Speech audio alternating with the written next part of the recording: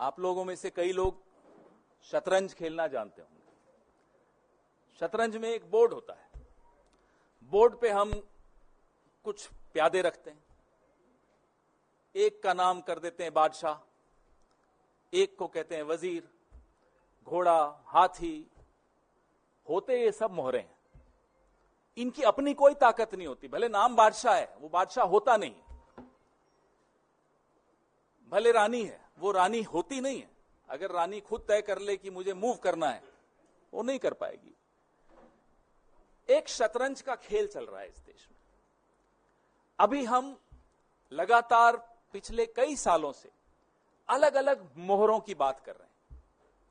खिलाड़ी कौन है वहां तक अभी हम निर्णायक रूप से पहुंचे नहीं हैं।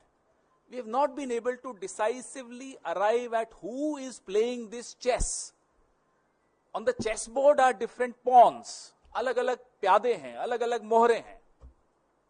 उनमें से एक मोहरे के विषय में आज हम आपके सामने आए हैं। सेबी की चेयरपर्सन माधवी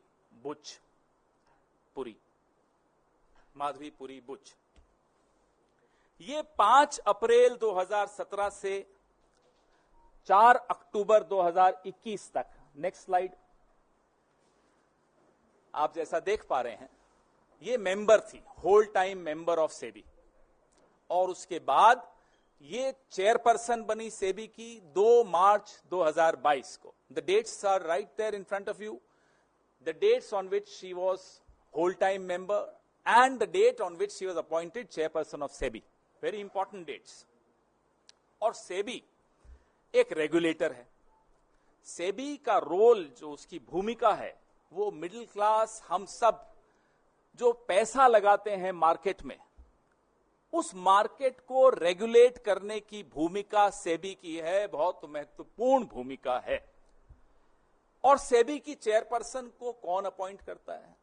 सेबी की चेयरपर्सन को ये 2 महानुभाव आपके सामने हैं, अपॉइंटमेंट्स कमिटी ऑफ कैबिनेट, प्रधानमंत्री और हमारे देश के गृह मंत्री श्री अमित शाह।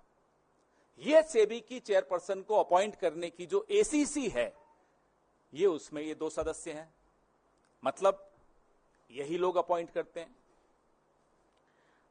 अभी तक हम लोगों ने, भले वो हिंडनबर्ग रिपोर्ट हो या और कई कॉन्फ्लिक्ट ऑफ इंटरेस्ट जो सेबी की जो भूमिका सेबी की चेयरपर्सन की रही है, उस पर हमने कई बार चर्चा की।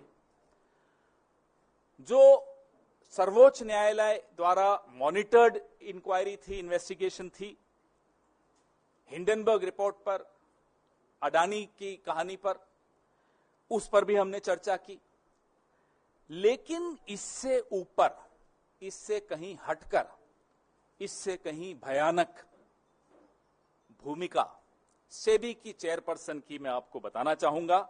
सबसे पहले मैं अपने साथियों को बोलूंगा, अगली स्लाइड पर आए। ये पहली इरेगुलरिटी, ये पहला गैर कानूनी काम, आप सब तनख्वाह लेते हैं, मुझे लगता है एक ही जगह से लेते होंगे।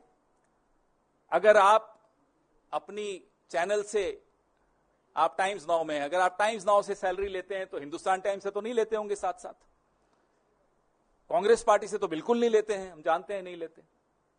लेकिन सेबी की चेयरपर्सन जब वो मेंबर थी, होल टाइम मेंबर थी, 2017 से 2024 के बीच में रेगुलर इनकम आईसीआईसीआई बैंक से ले रही थी 16 करोड़ 80 लाख। और इसको 3 अलग अलग भागों में हमने आपको दिखाया कि तनख्वाह ले रही थी। आप सेबी की होल टाइम मेंबर हैं, आप आईसीआईसीआई से तनख्वाह क्यों ले रही थी, हम ये जानना चाहते हैं। आईसीआईसीआई प्रूडेंशियल से ले रही थी, तो बैंक से ले रही हैं, प्रूडेंशियल से ले रही हैं, और ईसॉप, आप सब समझते हैं ईसॉप, और ईसॉप पे जो टीडीएस था वो भी आईसीआईसीआई ही दे रहा था।